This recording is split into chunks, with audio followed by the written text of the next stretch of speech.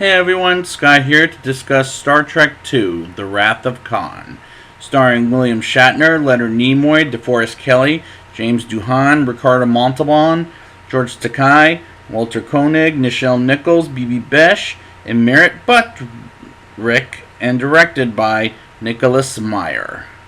Now, I have seen this once before in my life, just like all the other Star Trek movies, but I remember this one being maybe one of the best ones. Let's get into it, and then we'll see if I like it better. In the 23rd century, Saavik, played by Kirstie Alley, is in control of the USS Enterprise and the crew as they get attacked, and Admiral James T. Kirk, returned by William Shatner, comes out, and it was a test. I didn't realize that, how they fooled me. And I haven't seen Kirstie Alley since Look Who's Talking, and this was before this movie, by the way. But I mean, I haven't seen her since I saw that movie originally. And between that movie and here, she's terrible here. But it's not saying much, and I like seeing Shatner back, despite I'm not a fan of his, as well as the rest of the crew, and I like seeing them again. They make this movie look good, and now they're in a much better movie than the last week's Star Trek movie. Carol Marcus, played by G.B.M.H, who is Kirk's ex-wife, I'm led to believe, and his son David, played by Merritt Buttrick, are met by the audience and are probably not the best characters in my opinion. Meanwhile, Commander Chekhov, returned by Walter Koenig, and a co-pilot are encountered by Khan Noonien Singh, played by Ricardo Montalban, and are held hostage, and the character who steals the show is Ricardo Montalban as Khan. And he's the best thing about this movie, and the best Star Trek villain of all.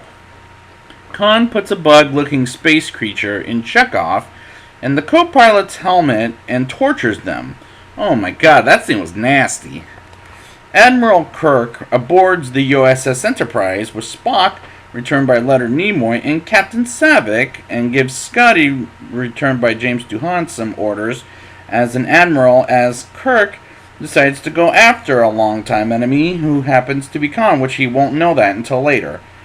The USS Enterprise takes off, and the effects look pretty damn good, and we're in the what space looks like in the low-budget space movie in 1980s.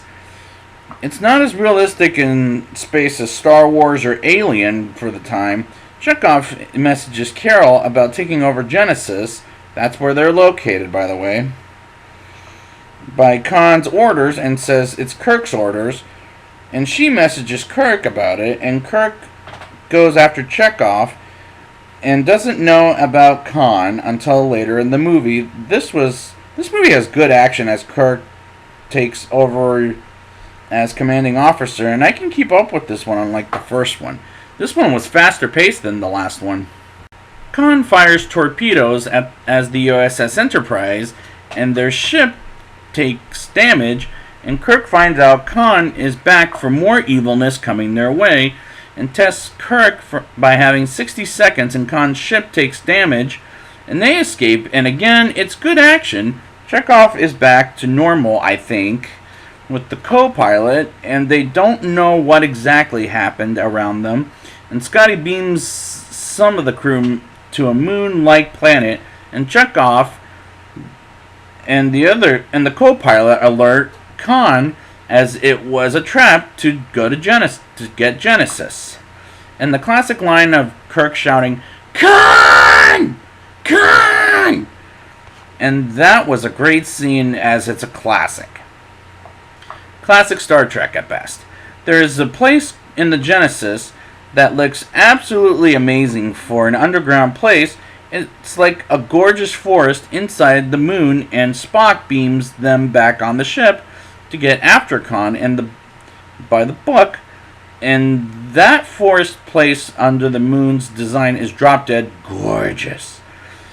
They catch up to Khan and hunt him down slowly as they shoot the Enterprise, and the Enterprise fires back and damages their ship, and they blast the energy, and Khan has a scarred face, and refuses to surrender and reboots the energy as the ship, or actually, he reboots the self-destructor. As the ship can't escape and Spock goes in to fix the warp speed, and Khan collapses.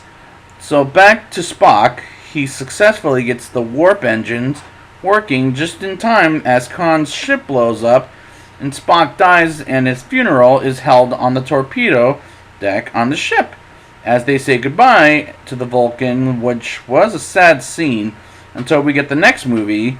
On the bridge, the crews, as well as Carol Marcus, look at the new world formed by Genesis.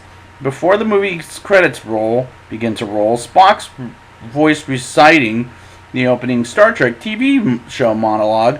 And that was a great climax and a great way to remember the TV show too.